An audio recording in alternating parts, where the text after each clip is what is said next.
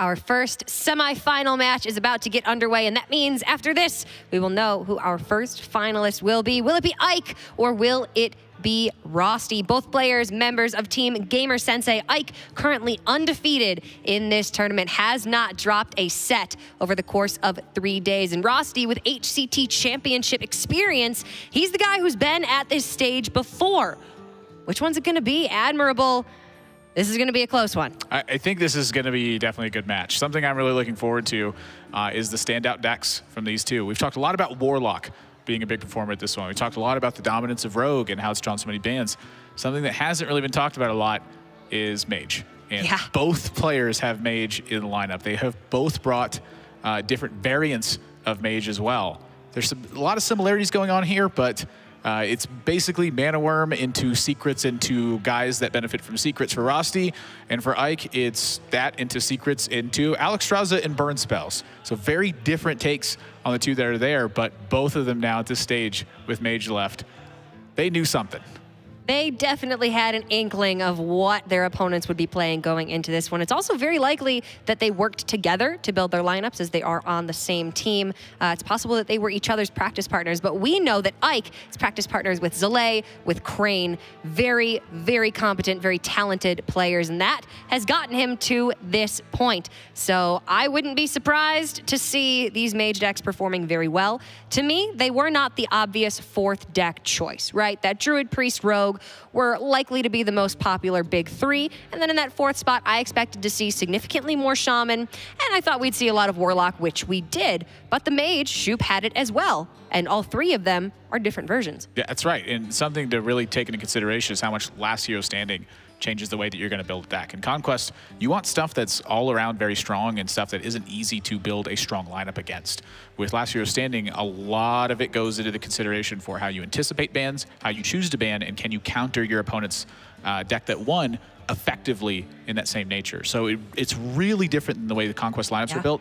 And I think one of the reasons that Zoo Warlock and different Mage variants have been so popular throughout this tournament. A lot of preparation goes into figuring out your LHS lineup versus your Conquest lineup. Most of the cups and tournaments that these players play in are in the Conquest format. So to come into a very different format and find great amounts of success, that is no easy feat. But we've got our picks and bans ready. Let's see what these players have brought to the table. Teammates and friends, but above all, they are opponents right now. And Rosty has Druid, Warlock, Priest with that Mage band. IKE is respecting it, and he's saying he doesn't want to see it. IKE will have the Mage alongside the Rogue and the Priest. He will not have his Druid. I find that really interesting that Rosty brings Mage and bans Druid. Well, his Mage is not necessarily teched to fight the Druid matchup. And if you look at it, he's ticked in 2 copies of Galaka Crawler to try to be strong versus aggressive decks. And Ike's Druid is very straightforward.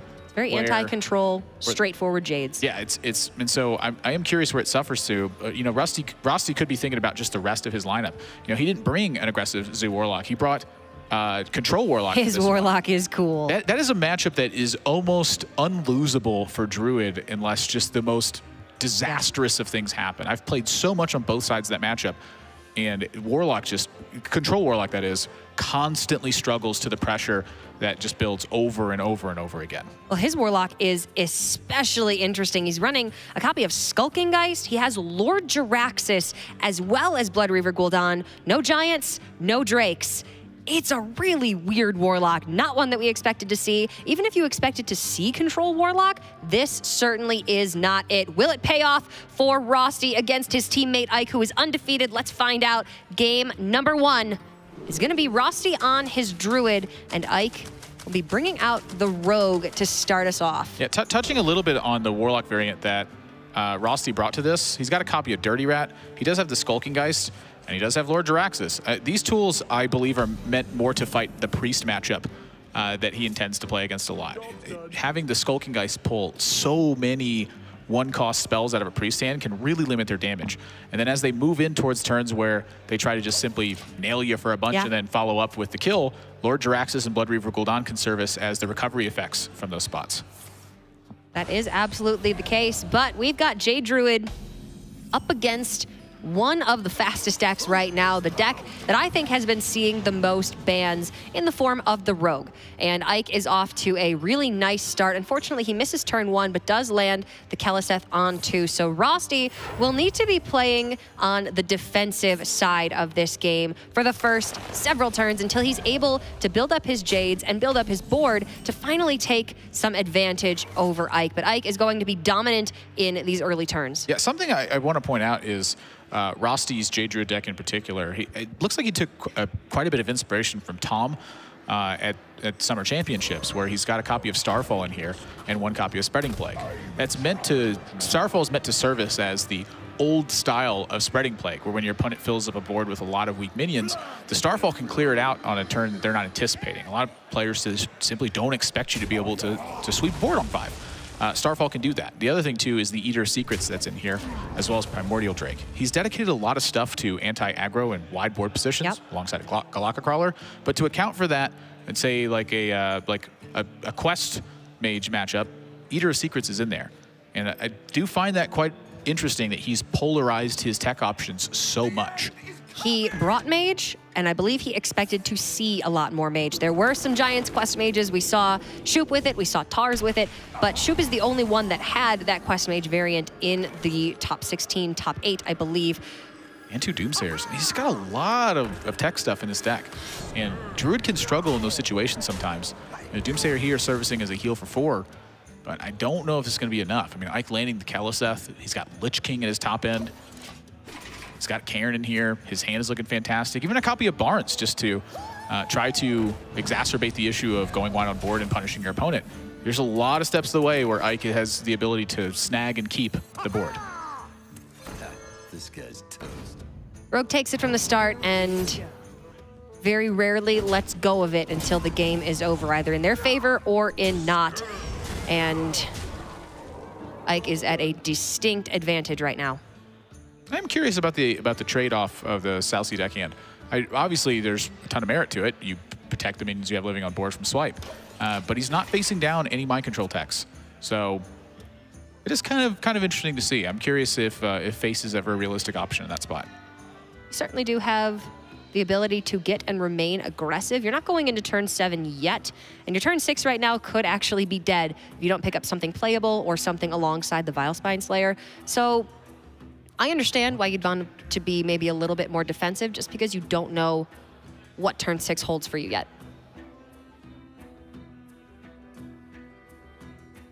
Rosty's, I mean, he's got to get to turn 10, and this is going to be really tough. Even this swipe Doomsayer here is not good enough. It's gonna have to be the swipe Wrath, and that means he needs to find a Nourish off the top, Jade Behemoth, something to either get him to that UI or something to keep him alive. Swashbuckler was a great start for Ike to this turn. Healing Touch, not a strong follow-up. So now I'm thinking, I mean, he can no longer play the Vilespine, right? It's a mandatory. Nope. It is a definitive assassinate ability. Yeah, so he's not worried about the tempo here with Bone Mare in hand. He feels that this board is strong enough. And he's seen a lot of removal from Rosty so far. So I can't say I disagree, but is swipe going to change that? Very well could. Rosty has the full clear if he wants it. He could also swipe, play the Doomsayer, and hope that it activates with the Bone Mare in hand. We know that that is not going to be the case. Doomsayer's not threatened on board, but again, this is the Bone Mare turn. So Ike is going to take advantage of this. And suddenly Rosty is in a heap of trouble. 2 turns off of Ultimate Infestation, and swipe is making no progress on this board. Where are you, Innervate? Why can't you give me 2 mana? Well, I changed it. Why have you gone away? That's still there. It's a shell of the card it used to be. I like that he's actually spreading out the stats here.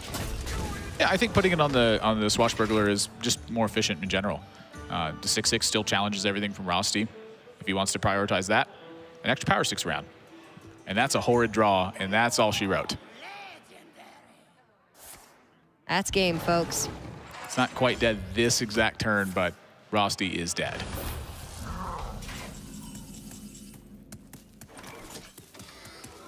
If he was on 10 mana next turn, I still don't think it would be enough, but definitely not with Lich King coming down for Ike here. Ike's just a trade gamer. You know, is that really a bad thing? You're playing a lot of tempo, value-oriented decks. Maybe it just works. It's certainly working for him. Undefeated in matches at this stage of the tournament. Too little too late for Rosty. Ike, 1-0 lead. The Rogue into the Druid, I would definitely say is a good matchup for Ike. He can get aggressive, and the board is never flimsy, especially when you land Keleseth on 2. And that was even with Ike missing the turn 1. Rosty just never had a chance to compensate for Ike's missed turn. Yeah, Rogue doesn't have to have a blistering fast start. I mean, by its nature, it is a synergy deck. You want to get the right minions at the right time and keep those turns difficult for your opponent. That's certainly what he did. Rosty just always a couple mana away from the most useful turns. The Doomsayer is never able to activate, and now he needs to pick between his Control Warlock and his Priest to get the win against this Rogue. The Warlock is certainly unique. The Priest is pretty standard. I don't know. I think the ban of the mage from Ike was quite brilliant. Looking at this list, I mean, there's 2 Bittertide Hydra, 2 Cabal Crystal Runner, 2 Firelands Portal. Almost all of Ike's decks are meant to fight for the mid-game board position. Like, where does he get that opportunity if that's the case?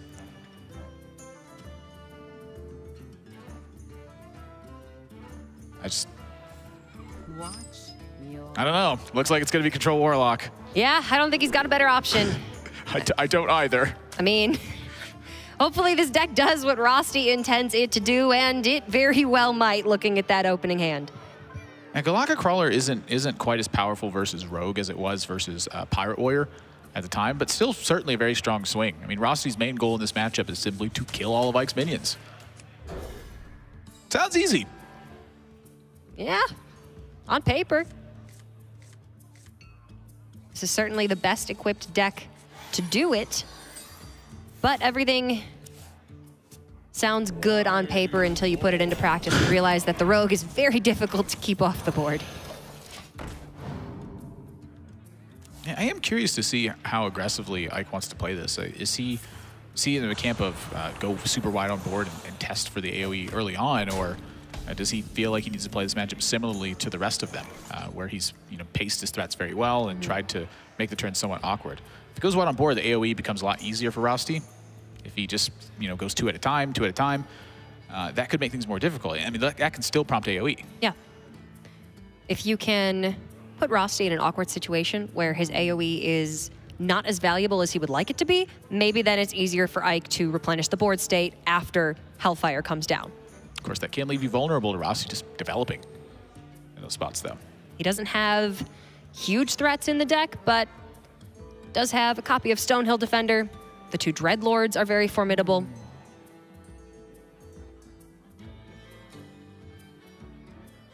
I think we're in for quite a long game here. That Cairn is looking mighty good, though, I will admit. I agree. It's a nod to Priest, but also... It's not to everything, it's just a good card. Get the job done here. Rolling with a 6-mana card that almost guarantees you a stick for Bone Mare on 7. It's just good strategy. Whoa, that hurts. You hope it's gonna land. Now, is Ike willing to trade a Shadow Step for the SI7 agent here? Would be a 1 mana. Could just hit face, Shadow Step the SI, and hold it. That does start to cut into some of the important stuff in his deck. Oh, he's just gonna. Oh. Yeah. Play it back down. Hero power. You get the kill on the Doomsayer. Oh. Keep that pressure on the board. I like it. Smart. These guys can count to 7. Nah, he wants to keep up this advantage, right? He's got to put pressure on Rosty somehow. That's a great example of the willingness to tempo against your opponent. I mean, that Shadow Step is a very valuable burst tool, and it's just a very valuable utility card for Ike. He's willing to protect a 3/3 and a 1/1 very much in this situation. The damage doesn't mean nearly as much to him as the board position does. Shadow Step in the late game onto a Bone Mare or a Vile Spine Slayer could have given Ike significant more value than this, but the value that he can net from just keeping the SI7 agent on board could outweigh even that. He will need that value as time goes on, too. You know, Rosty's got 2 copies of Twisting Nether in his deck. That's an easy clear situation once he starts reaching that threshold. So Ike has got to put the pressure on Rosty right away. He wants him to have to Twisting Nether fairly weak boards. The last thing you want is to not have as much pressure on your opponent, see a Twisting Nether and go, well, now how do I win? Ike has a lot of resources. He doesn't have draw. So if Rosty can just run him out of cards, keep him living off the top of his deck, then suddenly cards like Vile Spine Slayer and Bone Mare are significantly weaker. An honorary Ike has hit the board. Cobalt Ike Scaling. Jr. He championed for this card so much when this metagame hit, and that is pretty perfect answer if you're in Rosty's spot. You know, Cobalt Scaleblade has just been such a fantastic performer in a lot of aggressive decks, just keeping the pressure test to your opponent turn after turn. Priest would love to have Siphon Soul. Holy Fire, yeah. It's kind of the same thing, right? Now, it doesn't hit it if it's been Keliseth. That's a big problem. But I've seen a lot of Priests tech in Holy Fire to answer specifically that card. They have, and the Scalebane gives them enough trouble. It's a lot better than Cabal Shadow Priest, that's all I know. Well, you got 6 mana. What do I do when I put the most powerful thing on board? What's the most powerful thing? This 6 mana thing. How much mana do I have? 6. The math checks out. Ooh, Dirty Rat, a fairly welcome addition. Uh-oh. This hits Lich King. Uh-oh. Oh, okay. No uh-ohs. No oopsies from Nemsy today. SpaghettiOs are still intact. However, Rosty doesn't have Twisting Nether ready. He already used one of his Siphon Souls. I might be able to stick this Lich King down. He's going wide. He's putting everything that he has on board. So if Rosty does pick up that Nether, then Ike will be left with nothing to create a new board state. He was looking at trading into that Dirty Rat, but decides to go for the Stonehill instead. So much heat paid to exactly Abyssal Enforcer in this spot. The only thing he could have done differently is also attacking the Firefly into this position. But if he had attacked in the Dirty Rat with Cairn, that Abyssal Enforcer would have been massive onto this board. Instead, he makes it so difficult for Rosty to play. And Ike is playing pretty quickly, but you saw him click that Cairn, go right towards that Dirty Rat, and he stopped himself. That's important. Even though you've got some straightforward turns, you need to be able to check your intuition, because there could be a better play, and he found it. And this was the play for Ike to make. It's going to be checked. Army of the Dead. That is huge. That's your board. That's what Ike needed. Oh my gosh. I mean, a Shadow Step's gone. He has a Backstab in hand. There are 2 Shadow Steps and 2 Backstabs and 1 Cold Blood. The rest of the deck is minions. They're not super strong minions. He draws Edwin Van Cleef to go with this. I mean, 6/6 Edwin Van Cleef, Army of the Dead. The Backstab can be there. Yep, there's 5. Oh my gosh. That is not a kind looking board. That's a lot of angry pirates. They have boarded the ship. And I think that's probably an angry Rosty. This is problem. Wow. Arg. This is like everything I've dreamed of from pirates. Can't attack with the 4/3 because you lose your weapon, but I wanted a card where pirates boarded a ship. It's Army of the Dead with Lich King. Ike has just created my favorite interaction in the entire game. So he gives us the gift of Cobalt Scalebane and pirates. I wonder if... What a guy. I wonder if too. This is not okay. Nether off the top. Is he running 2? He is running 2. Oh. Oh. Ike's only got 1 Cold Blood. Well, it's just, how does he kill the board? He's just dead. Okay, so Crawler comes down, kills that captain. Everything goes down by 1. Then from there, I'm a little lost. It's like the Blood Mage drain life, but yeah, he's got to find. I don't even know. I don't know what wins in this game. And Shadow Bolt and Galactic Crawler do the same thing, and you can't play both. That Army of the Dead. That's the second time in this tournament that we have seen Lich King into a single copy of Army of the Dead win a game. First was Muzzy with his big druid, and now Ike with that overwhelming board presence. He had no card draw, no resources in hand, nothing to build that board except for that Army of the Dead. And this is such a great example of how to take advantage of the random circumstances. Army of the Dead is best fit in a deck full of minions. Game 3 is coming up. It's match point for Ike.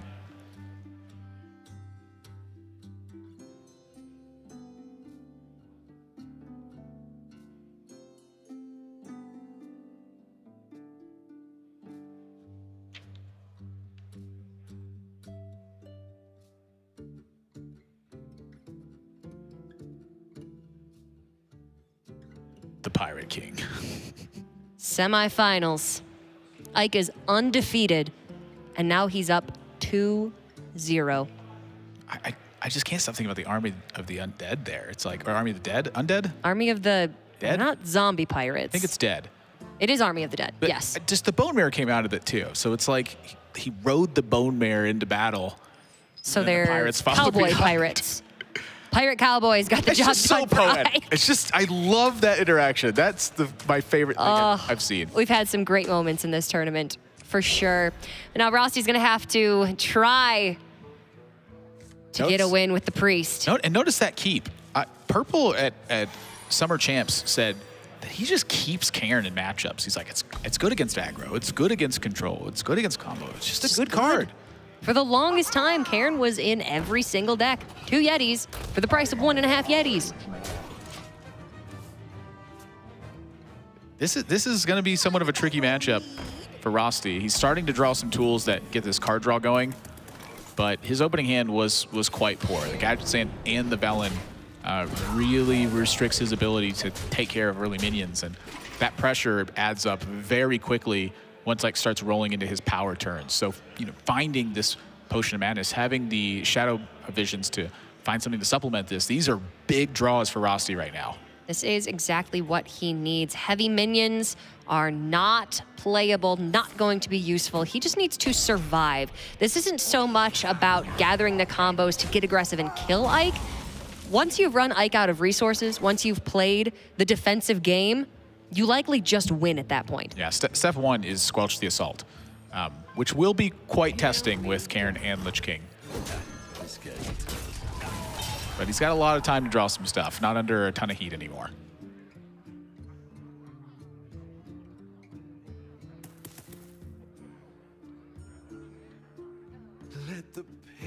These are fairly straightforward turns for Rosty. You just play card draw things and hope you draw The good cards. the cards to play. That's a lot of the Priest deck building has changed so much from the early iterations. I mean, players have focused so much on the card draw aspect, even so much as to exchange Lyra for Gadgets and Auctioneer to try to find the critical pieces of your deck that really matter in the matchup.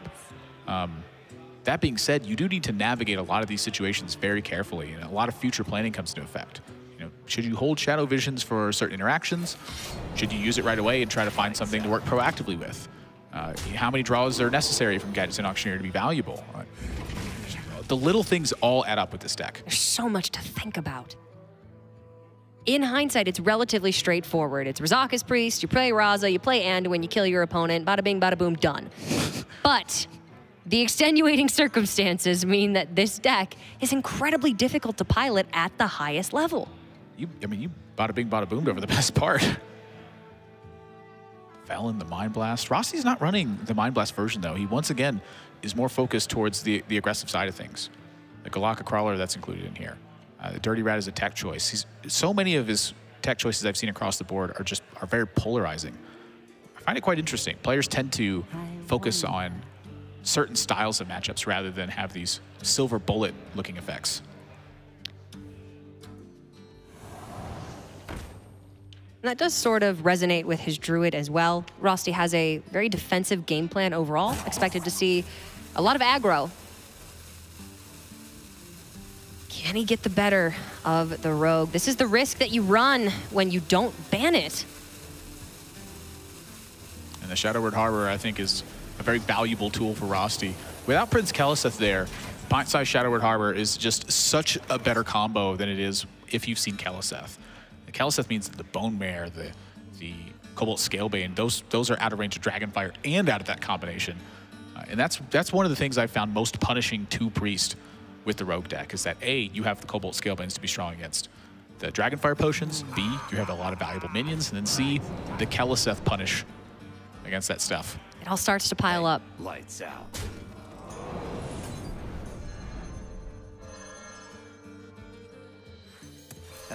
Ike trying to make the most out of every resource he has. I'm somewhat surprised by that play.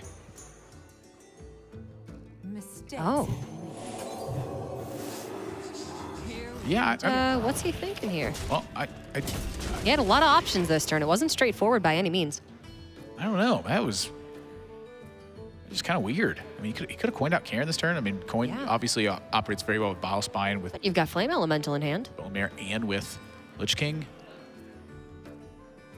No, that was a weird turn. I don't quite know what Ike was intending to accomplish with this, other than kill the Radiant Elemental and get 3 damage. Is Shadow Step not more valuable than this? I would argue that it very much is.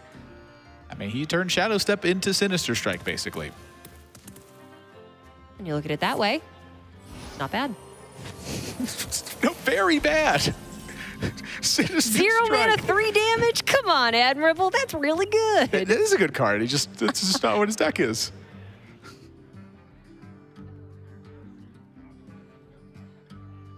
I am windmill slamming this Karen so fast. Oh. This is before Shadow Reaper Anduin's available, though, so this damage actually is a very considerable amount. Yeah, and the Bone Mare onto the SI means that only Death kills it. Pint-Size Horror doesn't. That's a problem for Rosty. His opening hand is now starting to show why it was so poor to draw these heavy tools early on. He has to disrupt board positions, and Priest has a lot of ways to do that. But the nature of a Highlander deck is that you don't have a ton of ways to do it. You have enough, but enough doesn't always mean they show up. The nature of the deck is inherently inconsistent. You can Pint-Size Horror. You're still facing down 7.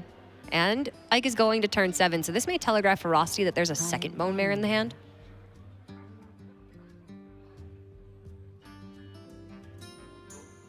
I don't see how he gets out of this, really. It's got to be Anduin off the top next turn.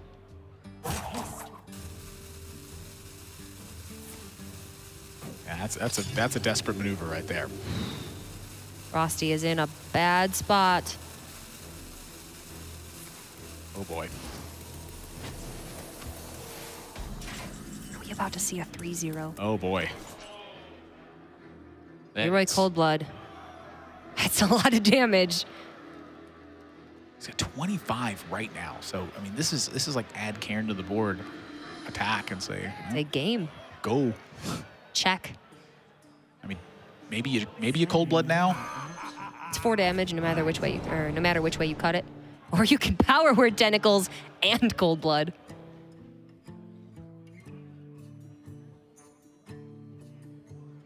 I am slamming this Cairn so fast.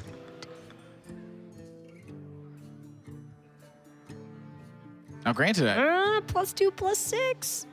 yeah, let's go. Hey, lights out. Rosty needs a miracle here. Here we go.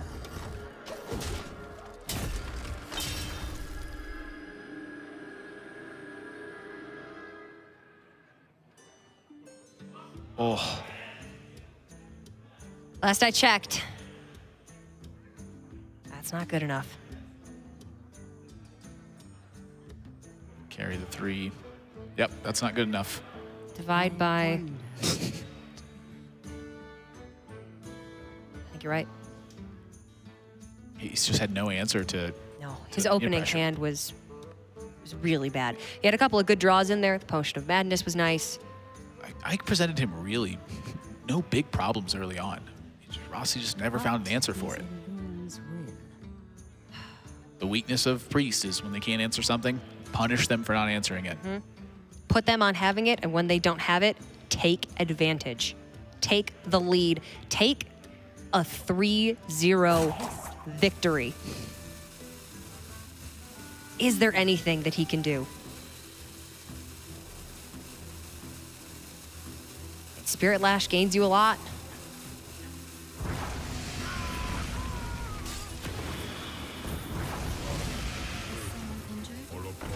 $11 on board.